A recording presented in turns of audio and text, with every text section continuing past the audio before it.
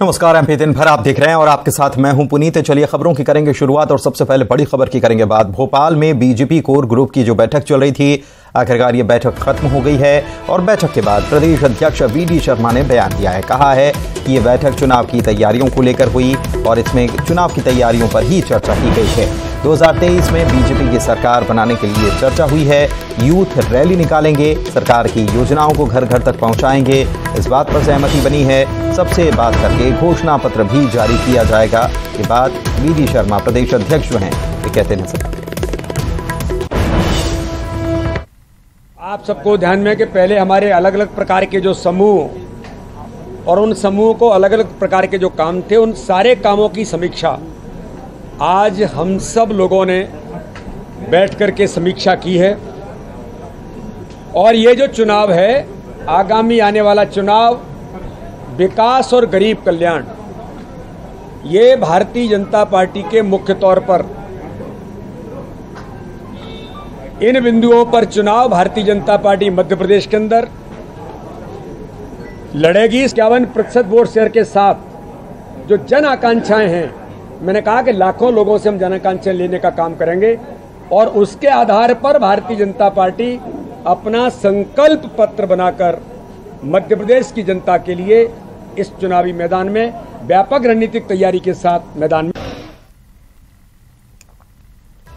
व्यापक रणनीतिक तैयारी के साथ भारतीय जनता पार्टी मैदान में उतरेगी। घोषणा पत्र सबसे चर्चा करके तैयार किया जाएगा। वी.डी. शर्मा ये बात बैठक समाप्त होने के बाद कहते हुए नजर आए। काफ़ी देर तक ये बैठक चली है, काफ़ी सारे नेता इस बैठक में मौजूद थे और बैठक समाप्त होने के बाद जब मीडिया का जमावड़ा लगा हुआ था और मीडिया कर्मियों ने पूछा कि बैठक में क्या बात हुई है, तो ये बताते हुए नजर आए कि समग्र रूप से सब मिलकर पार्टी के लिए काम करेंगे। चुनाव है और चुनाव में सबको मिलकर काम करना है, सब एकजुट हैं और पार्टी को कैसे जीत दिलाई जाए उसको लेकर रणनीति तैयार की गई है, चर्चा की गई है। समग्र रूप से सब एक साथ मिलकर अब चुनावी घोषणा पत्र की तैयारी में लग जाएंगे। यूथ रैली निकालने वाले हैं, इसको लेकर भी और सरकार की योजनाओं को घर घर तक पहुंचाने को लेकर चर्चा हुई है। भोपाल से एक और बड़ी खबर आपको बता देते हैं। विंध्य में बीजेपी ने सेंध लगा दी है। कांग्रेस सरकार के पूर्व मंत्री पुष्पराज सिंह बीजेपी में शामिल हो गए। दरअसल पुष्पराज सिंह जो हैं रीवा राजघराने के से आते हैं। सीएम शिवराज सिंह चौहान और वी.डी. शर्मा ने उन्हें आज सदस्यता दिला दी और भारतीय जनता पार्टी में शामिल हो गए। कांग्रेस ने मंत्री बनाया था, पूर्व मंत्री रह चुके हैं कांग्रेस की सरकार में और अब उन्होंने बीजेपी का दामन थाम लिया है। इधर संविदा कर्मचारियों के लिए आज बड़ी सौगात मुख्यमंत्री की तरफ से दी गई। भोपाल के लाल परेड ग्राउंड में आयोजित कार्यक्रम में हर साल अनुबंध को रिन्यूअल करने की प्रक्रिया को खत्म करने का ऐलान मुख्यमंत्री ने किया और संविदा कर्मचारियों को अब नेशनल पेंशन स्कीम का लाभ देने की घोषणा की। उन्होंने ऐलान करते हुए कहा कि संविदा कर्मियों को 100% मानदेय दिया जाएगा, अनुकंपा पर नियुक्ति मिलेगी। नई भर्ती में संविदा कर्मचारियों को 50% रखने की उन्होंने घोषणा भी की है। विभिन्न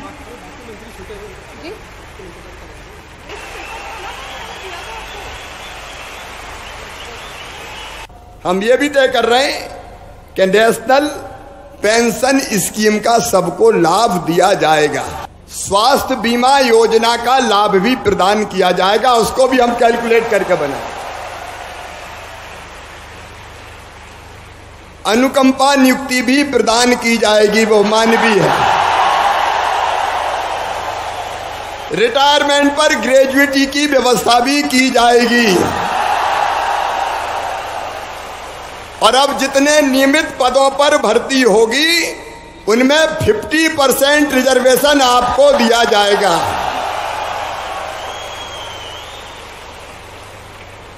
और नियमित कर्मचारियों के समान अवकाश की पूरी सुविधा दी जाएगी।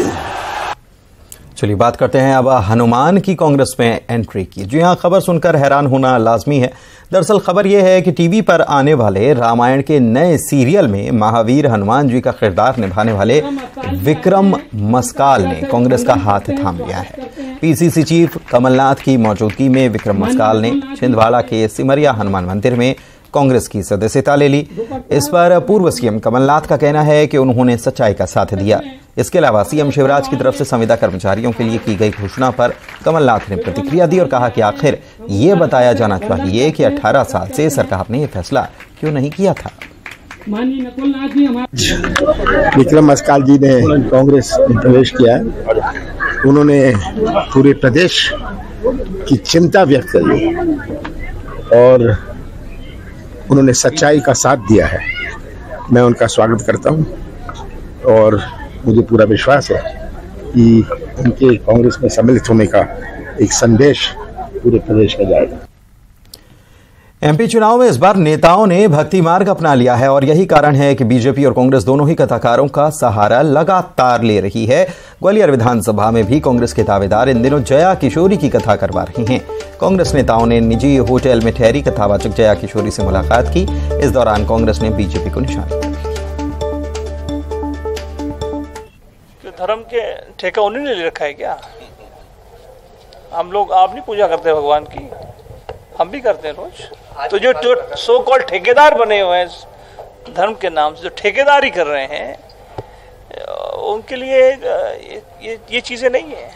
हम सब, हमारी सबकी आस्था भगवान राम में, कोई हनुमान जी को मानता है, कोई श्री कृष्ण को मानता है। सब देश आस्थाओं का देश है। मैं इस बात को मानने को तैयार नहीं हूं कि जो वोटिंग होती है वो धर्म को लेके होती है।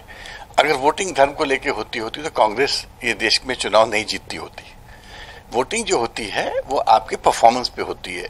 आपने डेवलपमेंट इंडेक्सेस में क्या काम किया, आपने लोगों को क्या नौकरियां दिलाई, उनकी लिविंग स्टाइल इंप्रूव की, उनके बच्चों के एजुकेशन का प्रबंधन किया, उनको घर में रहने का प्रबंधन किया।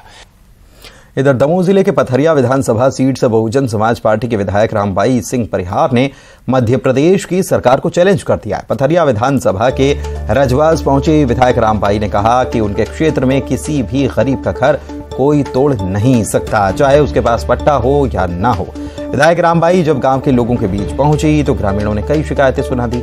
सुनिए विधायक रामबाई ने क्या क्या कहा है चुनाव के इस मौसम में। विधानसभा की जनता से हमारा एक निवेदन है, एक बहुत ज्यादा आग्रह है, सबसे हाथ जोड़ के कि देखो, हमारे रहते हुए आप लोग परेशान मत हो। अगर सरकार आपको मकान बना नहीं सकत तो गिरा नहीं सकत, चाहे पट्टो मिले अथवा ना मिले। हमारे रहते हुए किसी गरीब का मकान गिरेगा नहीं, चाहे कुछ भी हो जाए, जो हम वादा करते हैं। पथरिया विधानसभा की जनता से हमारा एक निवेदन है, एक बहुत ज्यादा आग्रह है, सबसे हाथ जोड़ के कि देखो, हमारे रहते हुए आप लोग परेशान मत हो। अगर सरकार आपको मकान बना नहीं सकत तो गिरा नहीं सकत, चाहे पट्टो मिले अथवा ना मिले। हमारे रहते हुए किसी गरीब का मकान गिरेगा नहीं, चाहे कुछ भी हो जाए, जो हम वादा करते हैं।